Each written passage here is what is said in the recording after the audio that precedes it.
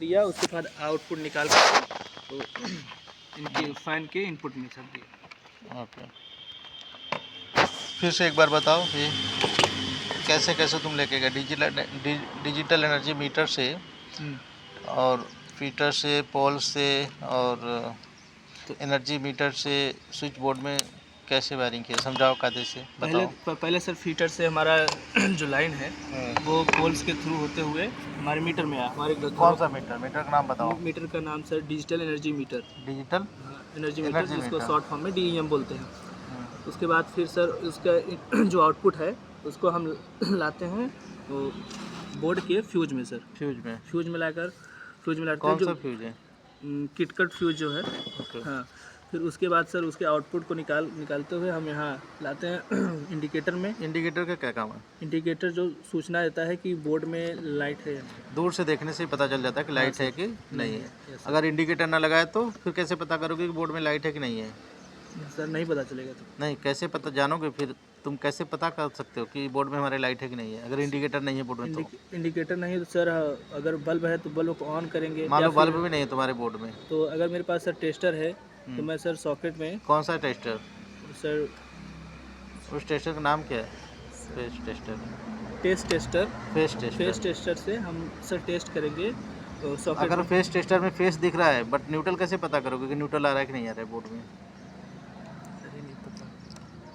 कोई भी इलेक्ट्रिकल उपकरण चालू करके यांत्रिक ऊर्जा के रूप में एरेब्लेशन प्रकाश के द्वारा हम पता कर सकते हैं कि उसमें बोर्ड में पावर है कि नहीं। कोई इलेक्ट्रिकल उपकरण चला के देख सकते हैं या टेस्ट लैंप से चेक कर सकते हैं, सॉकेट के माध्यम से, तो उससे पता चलेगा बोर्ड में पावर है कि नहीं। लेकिन इतना कुछ करने के ज़रूरत नहीं है अगर हमारे बोर्ड में इंडिकेटर लगा है। इसी कारण से लगा होता है कि सूचक एक प्रकार का सूचना देना। Yes sir. इंडिकेटर का और कोई काम नहीं है बोर्ड में, सिर्फ यही है कि दूर से पता चल जाएगा सूचना देना कि हमारे बोर्ड में पावर है कि नहीं है। अच्छा, ओके। इंडिकेटर का प्रिंसिपल तुम्हें समझ में आया? Yes sir. इंडिकेटर क्यों लगाते हैं? इंडिकेटर सर सूचना कोई बात नहीं। आगे का बताओ प्रोसेस, आगे कैसे लाए? इंडिकेटर्स कहाँ से लेके आए? इंडिकेटर के बाद फेस को हम सर सारे स्विच में लाए हैं। अच्छा, ये ऑन ऑफ स्विच है? हाँ सर, ऑन ऑफ स्विच में पियानो स्विच। ओके। फिर उसके बाद वहाँ उसके आउटपुट को सारे सॉकेट्स और जो हमारे फैन है, फैन का रेगुलेटर है।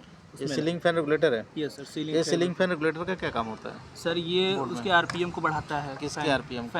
फैन के RPM को बढ़ाता है। कौन से फैन को? सीलिंग फैन के RPM को बढ़ाता है सर। बढ़ाता है, घटाता भी है? बढ़ाता और घटाता दोनों है सर। अच्छा, सीलिंग फैन के RPM को घटाता और बढ़ाता दोनों है। Okay, very good. और इस सॉकेट के कनेक्शन कैसे किए हो? सॉकेट का कनेक्शन सर पहले तो वही जितने स्विच के सर आउटपुट को फेस आउटपुट को कनेक्ट किया फेस से। उसके बाद फिर सर न्यूट्रल को लाकर फिर न्यूट्रल के अच्छा, न्यूट्रल को एक साथ वहाँ से लेके आए? दिखाओ कहाँ से लेके आए तुम? सर यहाँ से न्यूट्रल को लाए हैं। अच्छा, हाँ, सारे और लुक किए सब है? Yes sir. अर्थ का तो तुम लुक किए नहीं? नहीं सर। अर्थ कहाँ से आता है? अर्थ सर, अर्थ से आता है। कहाँ से? जमीन से। वेरी गुड, जमीन से। अर्थ क्यों लगाते हैं? अर्थ का तार क्यों जोड़ा जाता है? अर्थ सर वो एम्पियर सर संतुलित रखता है। क्या संतुलित? अगर सर ज़्यादा होगा ना तो वो ले लेता है। नहीं, अर्थ देने से ये है कि हमारे किसी भी इलेक्ट्रिकल उपकरण में लीकेज करंट हुआ तो वो अर्थ के माध्यम से ज़मीन के साथ डिस्कनेक्ट होता है। यस। समझ गए? हाँ, और हमें और आपको इलेक्ट्रिकल उपकरण को सुरक्षा प्रदान करता है अर्थ। यस। आकाशीय बिजली से भी हमारे घरों की इलेक्ट्रिकल उपकरण को और स्वयं की सेफ्टी और इलेक्ट्रिकल उपकरण की सेफ्टी, हमारे घरों की सेफ्टी अर्थ के माध्यम से हमें मिलता है। यस। और अर्थ प्रॉपर काम करने के लिए ज़मीन के अंदर 6 फीट गड्ढा खोदकर और नमक और कोयले डालकर अर्थ के प्रॉपर स्ट्रक्चर तैयार करके और छत के ऊपर लाइट अरेस्टर लगाकर अर्थ को प्रिपेयर तरीके से, प्रॉपर तरीके से तैयार किया जाता है। उस तैयार करने के बाद आपके इलेक्ट्रिकल उपकरण और घरों की सुरक्षा और आपकी स्वयं की सुरक्षा, सारी चीज़ों की सुरक्षा प्रदान करता है अर्थ इसलिए देते हैं। और अर्थ का माध्यम है जमीन। क्या है? जमीन। तो आने वाले दिनों में अर्थ भी बताएंगे कि अर्थ कितने प्रकार के हैं। ठीक है। अर्थ 3 प्रकार के हैं। अर्थ तीन प्रकार के हैं। पहला है स्ट्रक्चरल अर्थिंग। कौन सा है? Structural earthing. दूसरा है फंक्शनल अर्थिंग। और तीसरा है केमिकल अर्थिंग। केमिकल। तो आने वाले दिनों में बताएंगे कि केमिकल अर्थिंग का कहाँ पे और क्यों उपयोग होता है, फंक्शनल अर्थिंग का क्या उपयोग है और स्ट्रक्चरल अर्थिंग का उपयोग है। ठीक है। ठीक है सर।